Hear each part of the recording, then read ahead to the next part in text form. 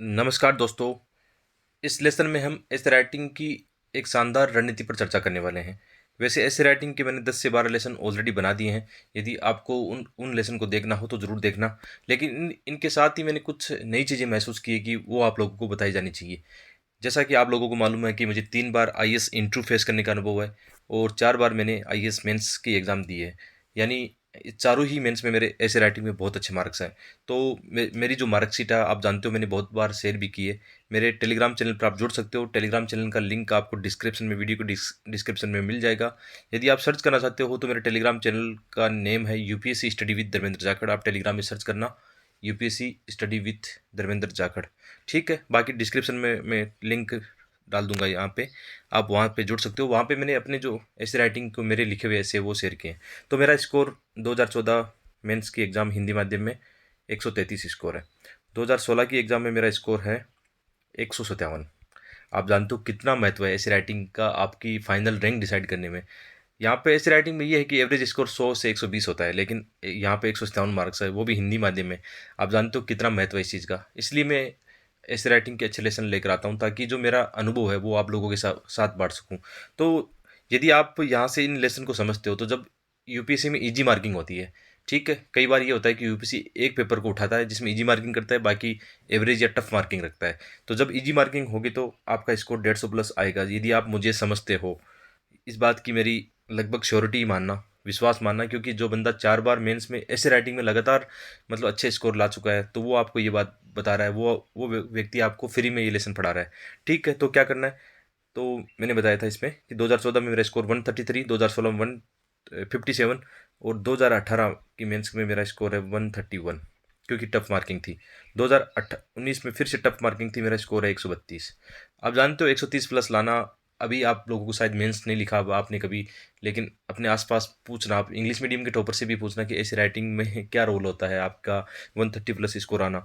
तो मेरे तो 157 हाईएस्ट आए हैं। दोबारा मेरे 157 नहीं आ पाए, यानी 150 नहीं आ पाई। उसकी वजह आप जानते हो कि यूपीएससी ऐसा करता है कि हमेशा ये होता है कि 4-5 साल पर ये पैटर्न आता है कि ऐसे राइटिंग में थोड़ा सा इजी इजी मार्किंग होती है। तो इस बार अगले साल देखना आप वापस से एक जब इजी मार्किंग होगी तो आपके साथ भी ये होगा कि इजी मार्किंग के ऊपर आपके मार्क्स अच्छे आएंगे। तो यहाँ पर एक विस्तृत रणनीति है। और एक बात की और यहाँ पे गारंटी है मेरी, ये चाहे आप हिंदी माध्यम से हो या इंग्लिश माध्यम से हो, दोनों के लिए लेसन बेहतरीन होने वाला है। इसलिए सबसे पहले तो ये लेसन आपको पूरा देखना पड़ेगा। यदि आपको ऐसी राइटिंग में बहुत ही शानदार मार्क्स लाने हैं तो ये लेसन पूरा देखना पड़ेगा। ये लेसन देखने के बाद में मेरी ये गारंटी है कि आप अपने आप में एक अलग बदलाव महसूस करोगे कि ऐसे राइटिंग में कैसे नंबर लाए जाते हैं। जिन स्टूडेंट ने पहले भी मेंस लिखा है, जिनके ऐसे राइटिंग में अच्छे मार्क्स नहीं आए, तो वो भी देखना। इसके अलावा आपकी स्टेट पीसीएस जितनी भी एग्जाम होती है उसमें के अंदर ऐसे राइटिंग आती है, तो ये अप्रोच आपकी काम करेगी। कोई भी एग्जाम हो आपका जिसमें ऐसे राइटिंग का लेसन आता है या ऐसी राइटिंग आती है, वहाँ पे ये लेसन बेहतरीन रूप से काम आ सकता है। तो अभी आप ये कर सकते हो कि ये लेसन देख सकते हो, ठीक है। और 1-2 दिन में मैं क्या करूँगा, एक ऐसे आपको लिख के दिखाऊंगा यहाँ पे। वैसे भी मैंने पहले 10 लेसन जो बनाए हैं, आप देखना प्लेलिस्ट में ऐसे राइटिंग के मैंने 10 लेसन ऑलरेडी बनाए हैं। उसमें मैंने बताया बहुत सारे कौन से फिलोसफिकल ऐसे किस बेस पर होते हैं, कैसे उनको सोल्व किया जाता है। ठीक है, लेकिन ये नया लाना जरूरी था क्योंकि न्यू एस्पिरेंट काफ़ी इसमें जुड़ रहे हैं। काफ़ी डिमांड है कि सर हमें और नई स्ट्रेटजी बताओ ताकि हम ज़्यादा से ज़्यादा इस राइटिंग की प्रैक्टिस करें और नंबर ला पाएँ। ठीक है, तो सबसे पहले क्या करना चाहिए, ऐसे राइटिंग का आपको पता है हमारे सिलेबस में लिखा हुआ है। ठीक है, कितने मार्क्स का है? 250 मार्क्स का है। 250 मार्क्स में यूपीएससी में क्या होता है, दो ऐसे आते हैं, section A section B. Section A में 4 ऐसे, सेक्शन बी में 4 ऐसे। 125 125 यानी 125-25 मार्क्स के दो ऐसे आपको करने हैं।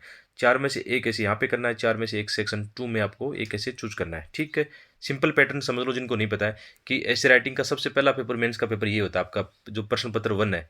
जाते ही मतलब मेंस के एग्जाम पहले दिन ऐसे राइटिंग से शुरुआत होती है, उस दिन एक एग्जाम लगती है, दूसरे दिन फिर जीएस की 2 एग्जाम, फिर तीसरे दिन जीएस की 2 एग्जाम, फिर आपका ऑप्शनल सब्जेक्ट लगता है। तो सबसे पहले आपको ये जान लेना जरूरी है कि ऐसे राइटिंग का स्कोर ऐड होता है आपकी रैंक में, बहुत इंपॉर्टेंट चीज़ होता है। तो ऐसे का स्कोर आप एवरेज स्कोर मानोगे ना तो 70 80 90 100 तक ऐसा स्कोर आता है। लेकिन बहुत अच्छा स्कोर आता है जिनके 150 प्लस आता है। कई बार ये होता है कि किन्हीं स्टूडेंट को 50 मार्क्स भी मिले ऐसे राइटिंग में। इस बार मैंने एक ऐसे की मार्कशीट देखी थी जिसमें 10 से 25 मार्क्स भी उसमें देखे गए हैं। क्या कारण रहा उसके अलग हो सकते हैं, हो सकता है ऐसे लिखा ही नहीं उन्होंने, तो अलग कारण हो सकते हैं। लेकिन हम ये मान के चल सकते हैं कि ऐसे की जो मार्क्स की रेंज है ना, मार्क्स की रेंज हम यदि देखें एक बार के लिए, तो मार्क्स की रेंज में आप ये कर सकते हो कि जैसे 50 से लेकर कितना हो सकता है 175 तक, यानी हाईएस्ट जो मैंने अभी तक देखे 175 देखे, मिनिमम 50 नंबर भी आते हैं। और मेरा आप स्कोर देख सकते हो 157। तो ठीक है, मतलब कुल मिलाकर अच्छा आपको अनुभव होगा यहाँ पे। तो सबसे पहले क्या जानना आपको, अच्छा बहुत सारे एस्पिरेंट ऐसे हैं जिन्होंने 2-3 बार मेंस भी लिख दिया होगा, लेकिन अभी तक उनको नहीं पता है कि एसए का भी सिलेबस होता है। दोस्तों, आप नोटिफिकेशन देखोगे तो मेंस के जो सिलेबस है उसके अंदर एसए का भी सिलेबस लिखा हुआ है। सिलेबस यहाँ पे मेंस ने इसको गौर करना, क्या लिखा हुआ है कि उम्मीदवार को विविध विषयों पर निबंध लिखना होगा, यानी अलग अलग विषय होंगे और उनसे अपेक्षा की जाएगी वे निबंध को विषय पर केंद्रित रखें। यानी निबंध का जो टाइटल है उसके अकॉर्डिंग लिखना है, अपनी मनमर्जी से कुछ नहीं लिखना है, उसके अकॉर्डिंग आपको लिखना है। इसके अलावा इसमें क्या लिखा है, विचारों को सुनियोजित ढंग से व्यक्त करना, यानी एक फ्लो होना चाहिए आपके ऐसे में। आपके ऐसे में एक कहानी की तरह, स्टोरी की तरह आप में क्या होना चाहिए, फ्लो होना चाहिए। और क्या लिखना, संक्षेप में लिखना। जैसे क्या है, हमारे वहाँ पे 1200 वर्ड लिमिट होती है हमें, तो आप यदि 800 वर्ड में वो बात कर लेते हो पूरी तो सफिशिएंट है। तो 800 से लेकर 1200 वर्ड में आप अपना ऐसे लिख सकते हो। वहाँ पे एक ऐसे के लिए कितने पेज खाली आते हैं हमारे पास, 12 के लगभग पेज होते हैं। आप एवरेज मानिए कि एक पेज पे आपको 100 वर्ड लिखने होते हैं। तो यदि आपको लगता है कि 800-900 में कर लिया तो 8-9 पेज आप कर सकते हो, 3 पेज आपके खाली रहेगी, खाली छोड़ देना, कोई बात नहीं। लेकिन जो मेरा अनुभव है, मैं तो ऐसा करता हूँ कि मैं 12 पेज यूज में लेता हूँ आराम से, पूरे पेज, क्योंकि इसमें ऐसे राइटिंग में समय पर्याप्त रहता है।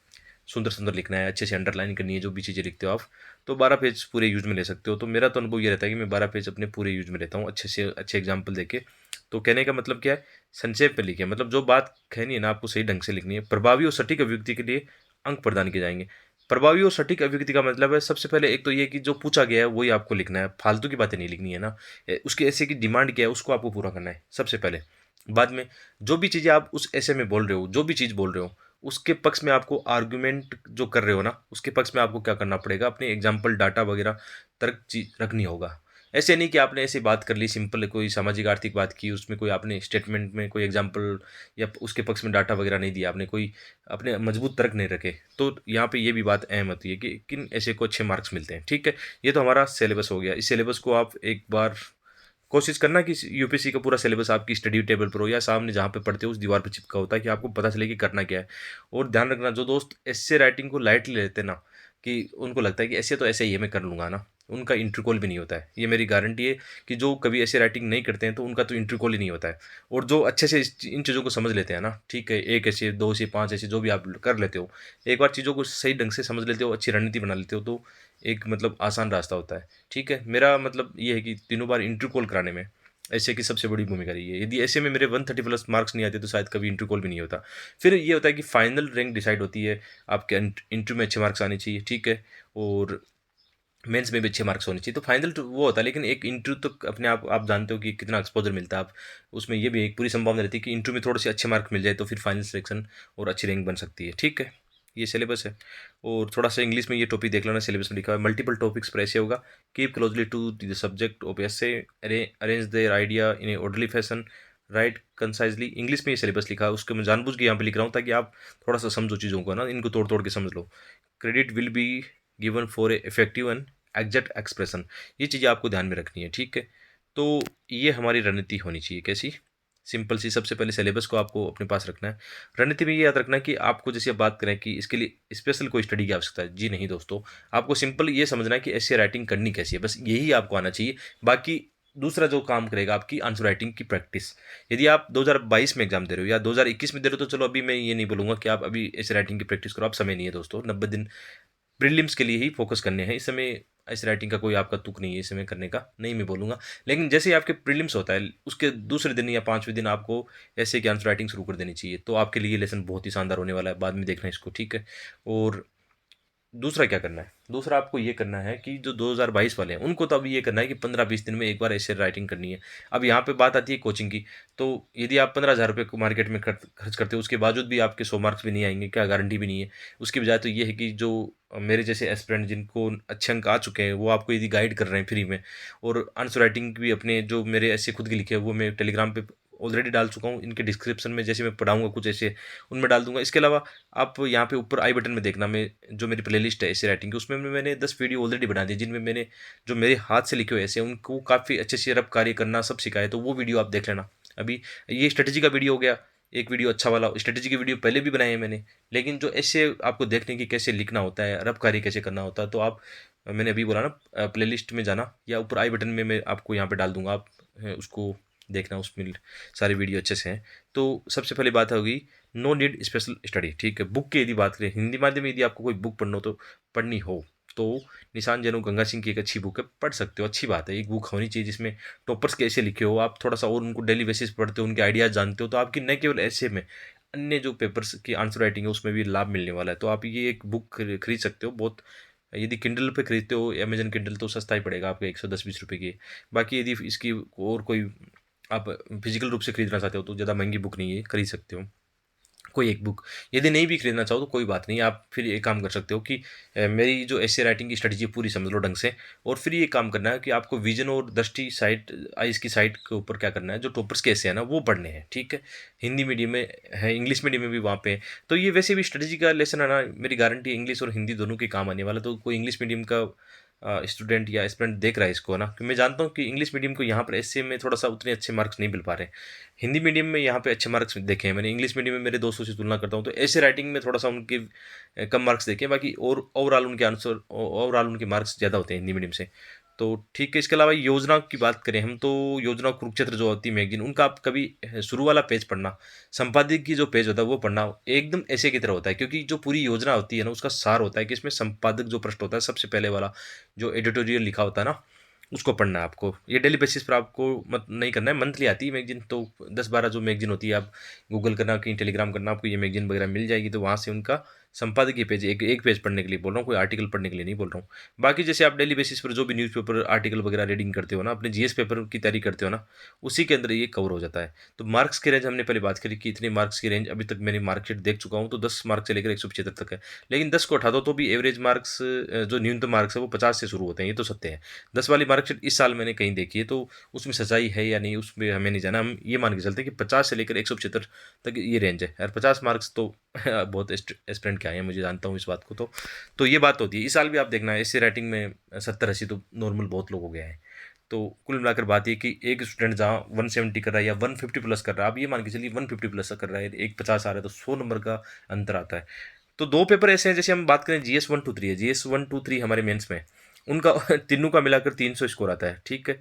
यहाँ पे ये है कि आपका ऐसे राइटिंग प्लस इथिक्स, ये दोनों पेपर मिला के 300 आ रहे हैं। तो यहाँ पे दो पेपर में उतने ही मार्क्स आ रहे हैं जितना जीएस में 3 में आ रहे हैं। तो आप किस पर फोकस ज़्यादा करोगे या किन को बेहतरीन तरीके से करने की कोशिश करोगे? सिंपल सी बात है, इथिक्स और ऐसे को साथ लेकर चलोगे। और वैसे इन दोनों की स्टडी एक साथ भी अच्छी होती है, क्योंकि इथिक्स के अंदर बहुत सारे कोटेशन वगैरह दर्शन हमें पढ़ने होते हैं, विचारधाराएं पढ़नी होती है।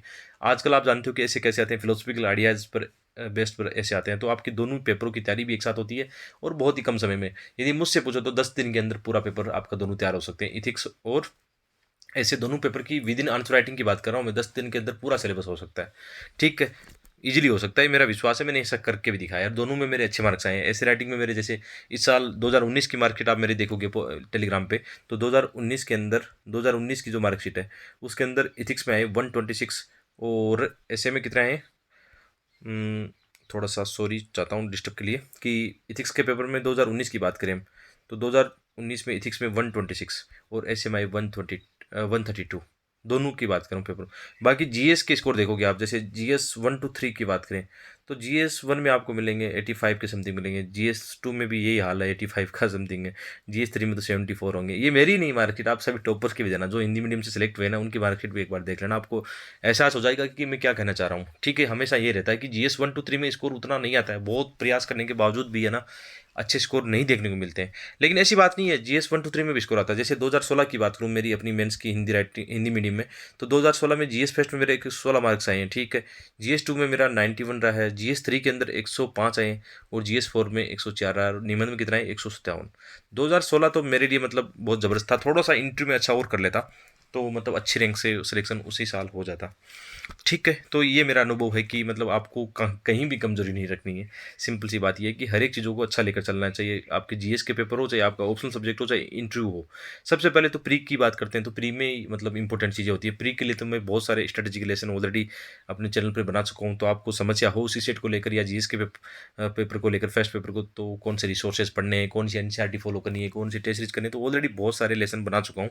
आप प्ले में जाकर उनको जरूर देखना, ठीक है। ये रणनीति की बात हो गई। अब देखो हमें क्या करना है, निबंध लिखते हुए हमें किन बातों का विशेष तौर पर ध्यान रखना है, उन चीज़ों को आपको बहुत ही गौर से देखने वाली बात है यहाँ पे, ठीक है। जैसे आपके निबंध में सबसे पहले क्या होना चाहिए, फ्लो होना चाहिए। फ्लो कैसा होना चाहिए? जैसे आप यानी हिंदी की कोई कहानी पढ़ो एक बार, है ना? उस कहानी में आपको ऐसा लगेगा कि एक ही सांस में आप उसको पढ़ने की आपकी जिद होगी, है ना, कि मज़ा आ गया पढ़ के एकदम ऊपर से नीचे तक एकदम कहानी में आपका एक फ्लो था ना। हर एक उसके जो पैराग्राफ आपको पता नहीं चला कब आपने कहानी कर दी, खत्म कर दी। वैसे आपका ऐसे होना चाहिए। जब एग्जामिनर आपका ऐसे चेक करे ना, ठीक है ना, एग्जामिनर जब आपका ऐसे चेक करे तो उसको ये बिल्कुल भी नहीं लगना चाहिए कि आपने बिल्कुल बोरिंग तरीके से उसको लिखने की कोशिश की है।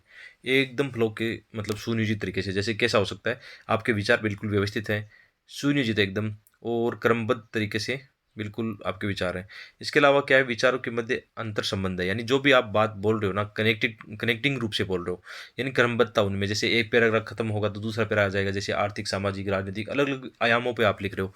इसके अलावा क्या हो सकता है, पैराग्राफ का जुड़ाव, सहजता, मतलब अच्छे इसमें बिंदु आप समझ रहे होंगे इसको। तो कुल मिला के बात क्या है, ऐसे कैसा होना चाहिए?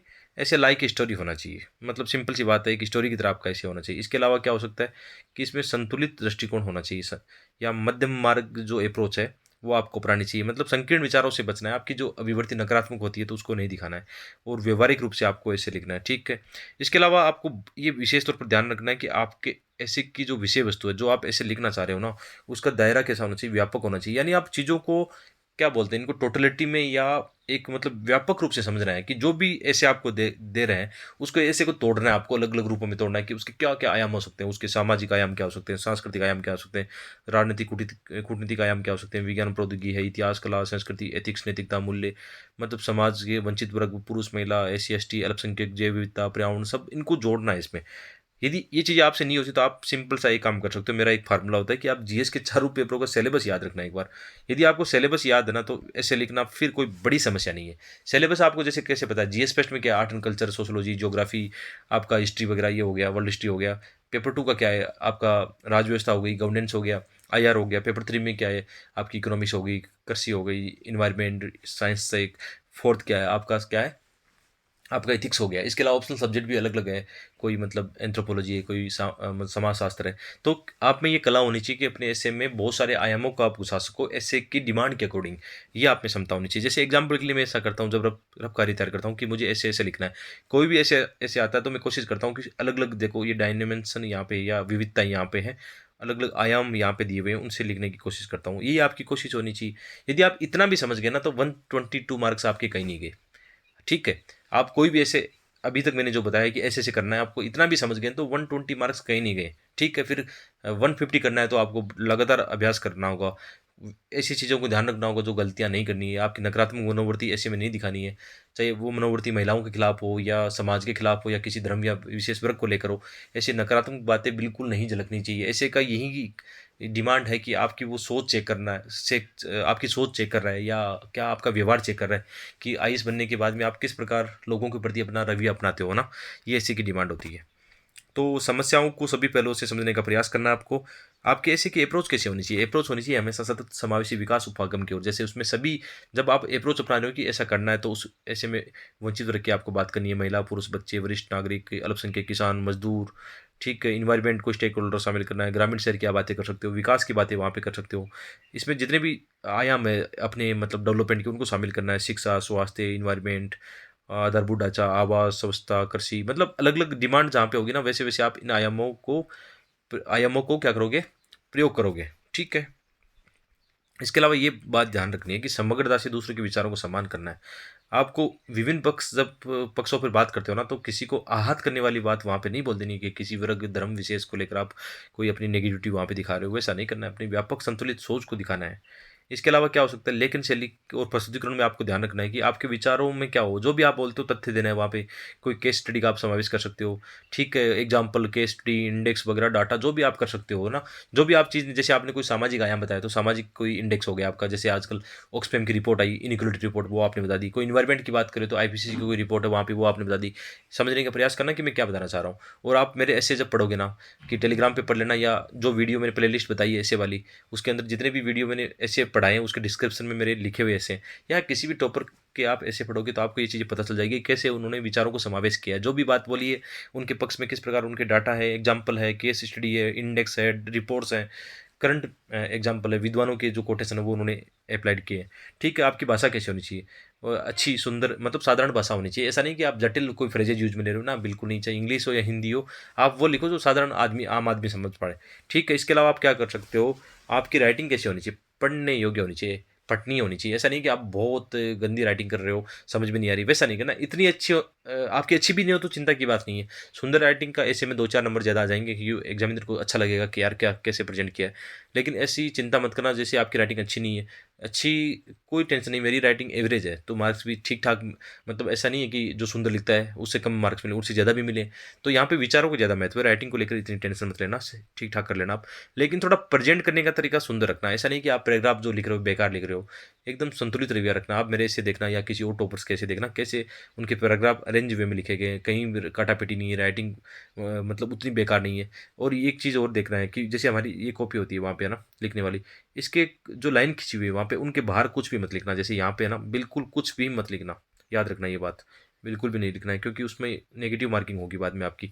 नेगेटिव मार्किंग वर्ड लिमिट पे इन पे नहीं होती है, नेगेटिव मार्किंग तब होती है जब आप कॉपी में कुछ बेकार चीज़ें लिख के आ गए, जैसे कोई आप धर्म का प्रतीक चिन्ह वहाँ पे बना रहे हो, या कोई मोबाइल नंबर लिख के आ रहे हो वहाँ पे, या साफ साफ लिखा है कि इन लाइनों के इधर कुछ नहीं लिखना है। ठीक है, कॉपी में साफ लिखा होता है कि जो आपकी लाइन खिंची हुई है लाइनें, इनके इधर कुछ भी नहीं लिखना। जैसे ये बॉक्स बना हुआ है, अपने को यहाँ लिखना है। ठीक है, तो इसके बाहर कुछ भी नहीं लिखना है, यहाँ पे कुछ नहीं करना है। ठीक है, कोई ऐसे डायग्राम या कोई चीज़, कईयों की आदत होती है ना ऐसे पेन से कुछ कुछ करते रहते हैं, ऐसा कुछ भी मत करना, नहीं तो क्या होगा 15-20 नंबर काट लेंगे वो। ऐसा होता है। यूपीएससी की साइट पे जाना, आपको वहाँ पे गाइडलाइन दी हुई है कि मेंस के अंदर किन चीज़ों पर आपको मार्क्स काट लिए जाएंगे। बहुत सारे एस्पिरेंट ऐसे होते हैं जिनको पता नहीं होता, लेकिन ध्यान रखना इन चीज़ों का। ठीक है, और इसके अलावा आप क्या कर सकते हो, पैराग्राफ फॉर्म में लिखना है, ये याद रखना। ऐसे को आप जीएस की तरह बुलेट पॉइंट या हेडिंग देके या नंबरिंग देके वैसा कुछ नहीं करना है, सीधा सिंपल बात है, पैराग्राफ लिखना है। पैराग्राफ कैसे लिखना है कि आपका पैराग्राफ इसमें, हाँ, आपका पैराग्राफ कैसा होना चाहिए। पैराग्राफ ये है कि जैसे ये हमारा पेज है, ठीक है, उस पेज में आपको एक पैरा, दो पैरा, तीन पैरा, आइडियल ये है कि दो तीन पैराग्राफ पैराग्राफ हो सकते हैं। यदि आप थोड़ा सा ज़्यादा लिखते हो तो दो पैराग्राफ तो कम से कम होने चाहिए, एक पैराग्राफ ये हो गया, दूसरा पैराग्राफ ये हो गया। ठीक है, ऐसा नहीं है कि पूरा पैराग्राफ एक ही कर दिया, ये नहीं करना है।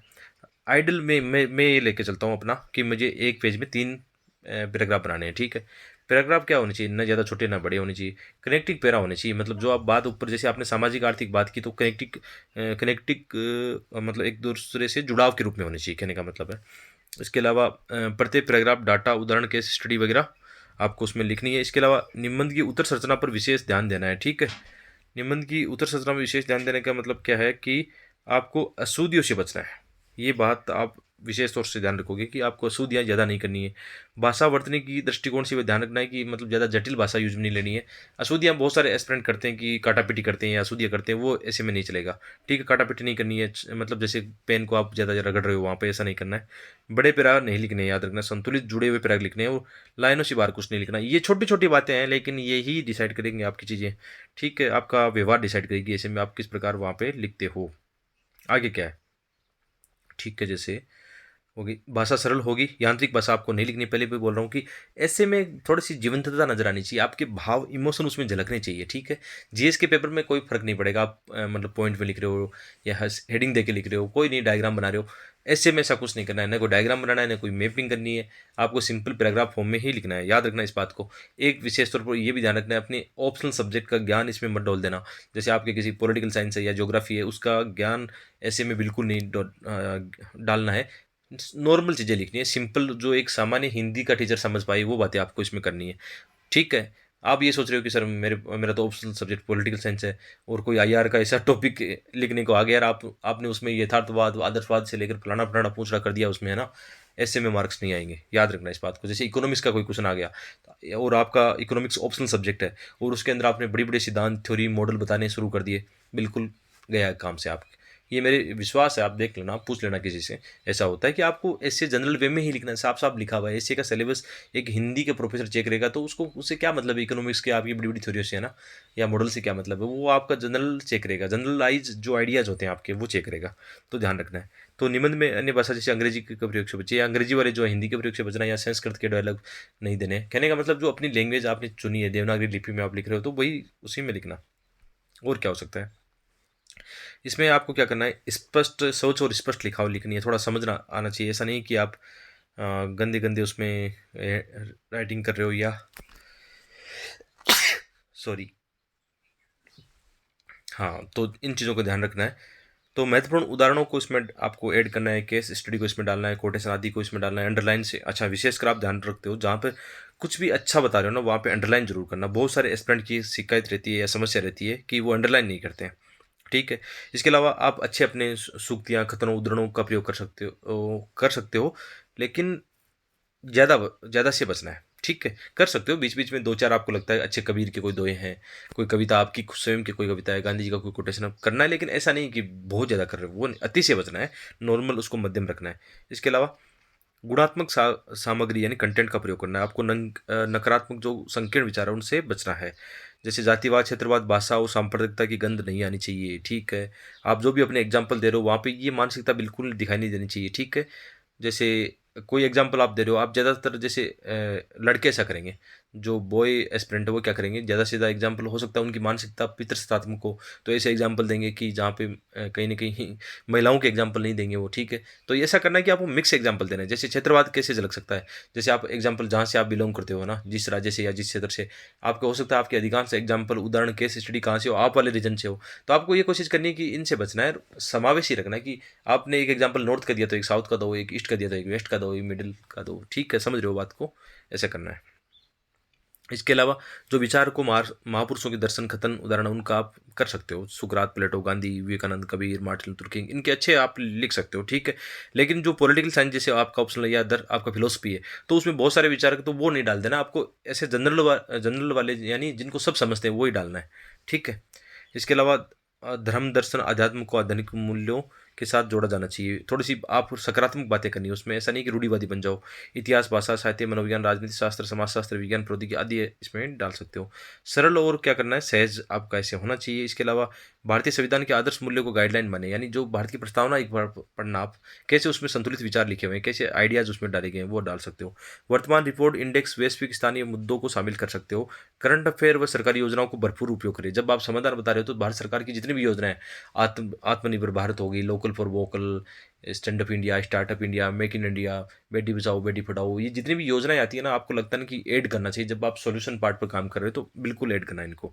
सरकार की आलोचना सीधे तौर पर नहीं करनी, सकारात्मक आलोचना कर सकते हो। सुधारवादी दृष्टिकोण बताना है कि जैसे आप किसी बिल की आप आर्ग्यूमेंट कर रहे हो, आपसे कोई राय पूछी गई है, तो डायरेक्टली आलोचना के बजाय आप क्या करोगे कि इसमें कुछ ये चीज़ें और ऐड कर सकते हैं, तो अच्छा होता है। डायरेक्टली आलोचना से बचना है। जैसे आपको ये कुछ ना जाए कि 2022 में क्या आपको लगता है, या 2023-24 में या 24-25 में क्या आपको लगता है कि भारत की इकोनॉमी $5 ट्रिलियन इकोनॉमी हो जाएगी, ऐसा कुछ ना आए तो वहाँ पे अपना सकारात्मक दृष्टिकोण देना कि ऐसा नहीं कि किसी भी हालत में नहीं होगा, अपना ये माइंडसेट नहीं दिखाना है, सकारात्मक बताना है कि हाँ अभी थोड़ा सा कोविड-19 आ गया, या अभी हम जीएसटी इंप्लीमेंट करके जा रहे हैं, तो थोड़ी सी समस्या ये है कि 2024-25 में ना हो तो 2025, 26, 27, 30 तक हो जाएगा।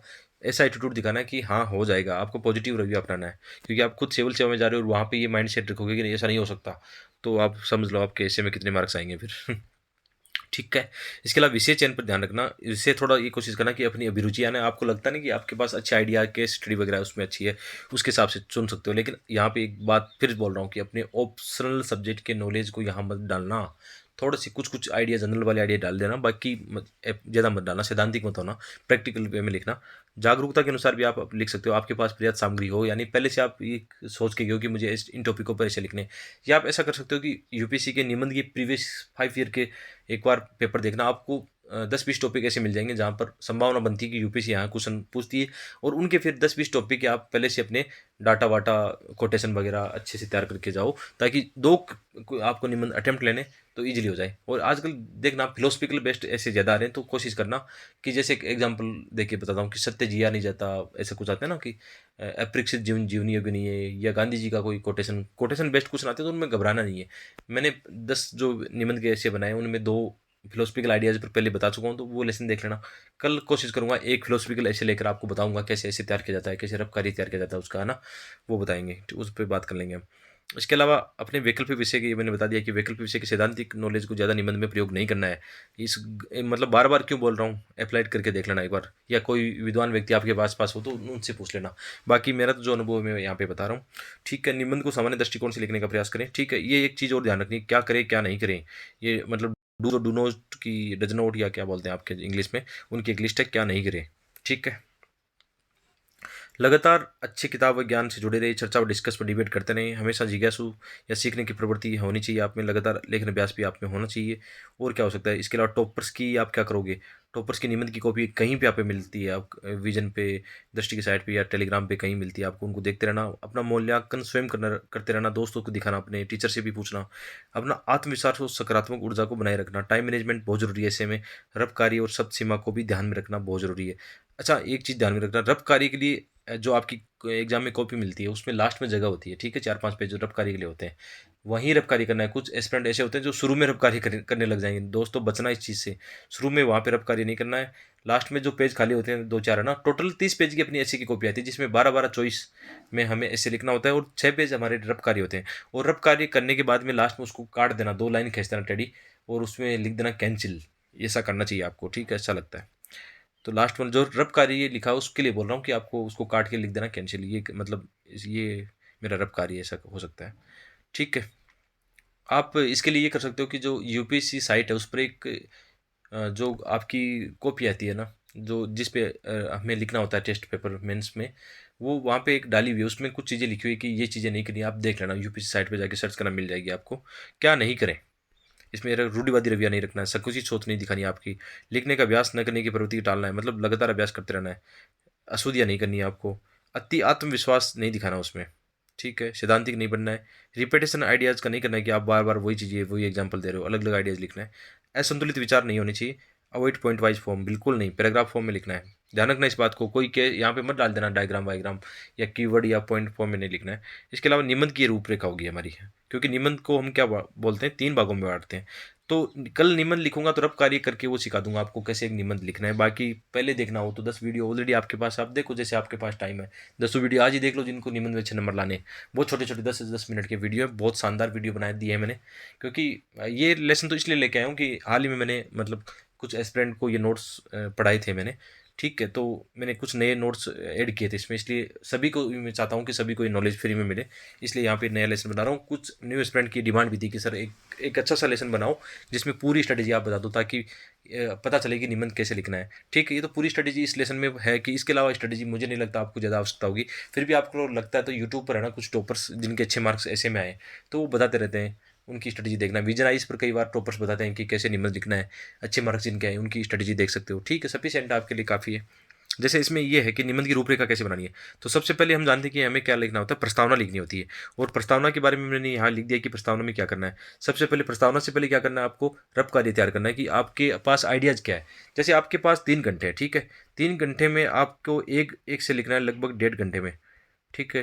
तो यहाँ पे आपको ये करना है कि आधे घंटे तो आपको रफ कार्य तैयार करना है एक ऐसे का, यहाँ पे भी आधी घंटा मिल जाएगा रफ कार्य तैयार करने का।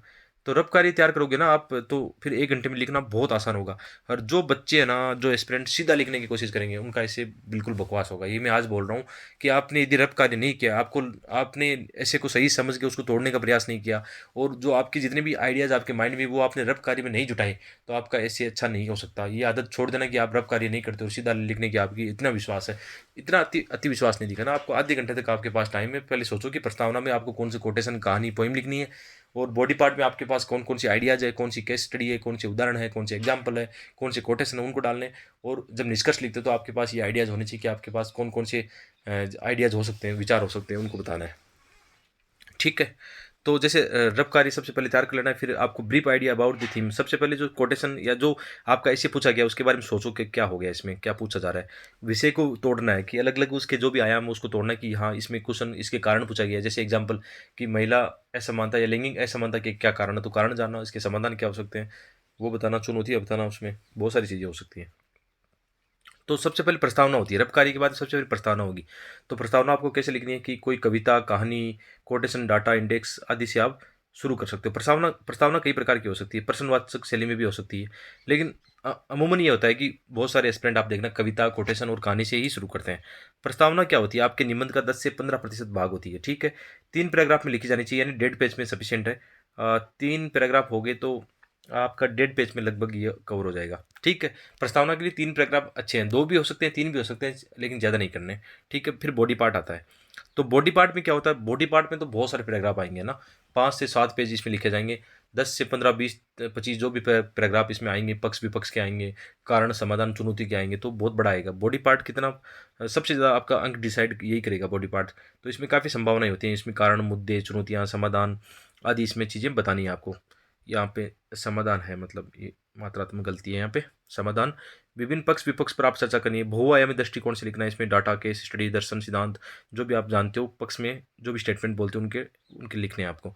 निबंध का ये लगभग 70% पार्ट होता है, 8 से 9 पेज में लिखा जाता है। जैसे टोटल 12 पेज आते हैं ना, तो 1.5 पेज इसका हो गया, 1.5 पेज आपका निष्कर्ष का हो गया, यानी 3 पेज, बाकी 8-9 पेज किसके हो गए, बॉडी पार्ट के हो गए। इसमें 20-25 पैराग्राफ होंगे, और इसमें अनुपात ये होगा, जैसे 10 कारण बता रहे हो तो 10 समाधान बताइए, 10 फिर 5 इसमें और पॉइंट ऐड करोगे। अलग अलग इसमें दृष्टिकोण हो गए। ये अनुपात मैंने लिख रखा नहीं यहाँ पे कि ये 10:5 में लिखा जाएगा। तो कोई जैसे कोई ऐसे में कोई समस्या कारण पूछ रहा है तो 10 पैराग्राफ अपने कारण के बताए, फिर 10 इसके प्रभाव बताओगे या इसकी चुनौतियाँ वगैरह वो बताओगे, फिर समाधान पूछ रहे हैं तो 5-7 पैराग्राफ किसमें बताओगे, समाधान बताओगे। तो ये दृष्टिकोण हो सकता है 10:8:7, यानी जिसमें अलग अलग आयाम है ना, उनके अलग अलग पैराग्राफ आपको लिखने हैं। और निबंध में कैसे रफ कार्य तैयार किया जाता है और प्रैक्टिकल रूप से निबंध कैसे लिखा जाता है, तो उसका हम एक और लेसन बनाएंगे। और अभी आपको देखना होगा कि कैसे निबंध लिखा जाता है, कैसे रफ कार्य तैयार करना होता है। तो मैंने बार बार इसको बोल दिया है कि आप इस ऐसे के अंत में भी आपको प्लेलिस्ट मिलेगी और आई बटन में भी आपको मिल जाएगी। और प्लेलिस्ट में जाकर आप चेक कर लो कि मैंने 10 से 12 जो ऐसे के लेसन बनाए, उसमें बहुत शानदार ऑलरेडी बता चुका हूँ। ठीक है, अब देखो इसमें लास्ट में क्या होता है, निष्कर्ष। निष्कर्ष कैसा होना चाहिए, निष्कर्ष आपका होना चाहिए आशावादी होना चाहिए, एकदम ऊर्जावान होकर लिखना है, पॉजिटिव होकर लिखना है। यहाँ पे रोना मत रोना की समस्या समाधान नहीं हो सकता। आपको सिंपली ये बोलना है कि हाँ हो जाएगा। भविष्यवादी, भविष्य उन्मुख होना चाहिए, रचनात्मक होना चाहिए। और यहाँ पे कोई नई कहानी शुरू मत कर देना दोबारा से, ऐसा नहीं लगना चाहिए कि आपने कोई नई बात शुरू कर दी, इसका ध्यान रखना है। कोई नई बात शुरू नहीं करनी है आपको, बस ढलान पे है आपका कि जैसे आपका ऐसे ऐसे शुरू होता है शुरू में ना, मतलब आपका ये हुआ आपका, जैसे आपने यहाँ से शुरू किया, या आपका इंट्रोडक्शन हो गया, बॉडी पार्ट में यूँ ऊंचाई पर जाएगा। ठीक है, जैसे आप अब निष्कर्ष लिखोगे तो वापस ढलान पर है, वापस यहाँ से ऐसी क्वेश्चन मत करना कि कहानी कोई दोबारा शुरू कर दिया, ऐसा नहीं करना है। तो ऐसे का ये फार्मूला सही है, ये याद रखना। ठीक है, यहाँ पे इंट्रोडक्शन पार्ट हुआ, यहाँ बॉडी पार्ट हुआ, और यहाँ पे निष्कर्ष लिख दिया। ठीक है, इस बात को समझने की कोशिश करना। अंत में क्या करना, अच्छा सा एक कोटेशन पोइम वगैरह डाल सकते हो। ठीक है, ये हो गई। तो मेरे हिसाब से ये ऐसे की एक शानदार स्ट्रेटजी है, आप इस चीज़ को समझते हो तो। बाकी इसके जो पेज के ये 7-8 पेज हमने अभी पढ़े हैं, इसको मैंने ऑलरेडी मेरे टेलीग्राम चैनल पर डाल दिया है, वहाँ से आप डाउनलोड कर लेना ऐसे के नोट्स। वहाँ पे मैंने एक ऐसे की कोटेशन फाइल भी डाल दी है, और एक डायरी के अच्छे एग्जाम्पल वगैरह भी डाल दिए हैं। तो आप मेरे टेलीग्राम चैनल को ज्वाइन करना और उस पर देखना आप कि वहाँ से अच्छे नोट्स आपको मिल जाएँ। इसके अलावा इस लेसन को पसंद आए तो इसको लाइक करना, चैनल पे नए हो तो सब्सक्राइब जरूर करना, और अपने दोस्तों के साथ शेयर करना। ठीक है, एक और वीडियो बनाएंगे जिसमें हम एक निबंध लेकर आएंगे, जिस पर बात करेंगे कि कैसे एक फिलोसफिकल ऐसे या कोई अन्य ऐसे हम लिख सकते हैं। वैसे ऐसे कोई हो, चाहे फिलोसफिकल हो या जनरल ऐसे हो, तरीका यही है, सेम तरीका है, वही रबकारी तैयार करना है, वही जो हमने बात की सेम तरीका रहेगा। फिलोसफिकल ऐसे में थोड़ी सी आपकी ज़्यादा घबराते होता कुछ नहीं है, वही आइडियाज़ होते हैं जो आप जानते हो। ठीक है, कोई खास फर्क नहीं पड़ेगा, लेकिन लाएंगे एक ऐसे फिलोसफिकल ऐसे पे लिखेंगे जो 2020 मेंस के एग्जाम लगी है। वैसे आप अभी जाकर देख लो प्लेलिस्ट में, या यहाँ पे मैं डाल दूंगा अभी कि 10-12 ऐसे जो मैंने लिखे हैं, उनमें आप लिखने का तरीका सीख लो अभी, है ना। 5-7 ऐसे जो मैंने लिखे हैं वहाँ पे मैंने ऑलरेडी उन पर वीडियो बना दी कि ऐसे का रबकारी तैयार कैसे करना है, फिर उसमें क्या क्या आइडियाज़ होते हैं ना, कैसे कैसे प्रेजेंट आइडियाज़ किए गए हैं, जो 2022 में एग्जाम दे रहे हो वो देख लो अभी जाके। Thank you.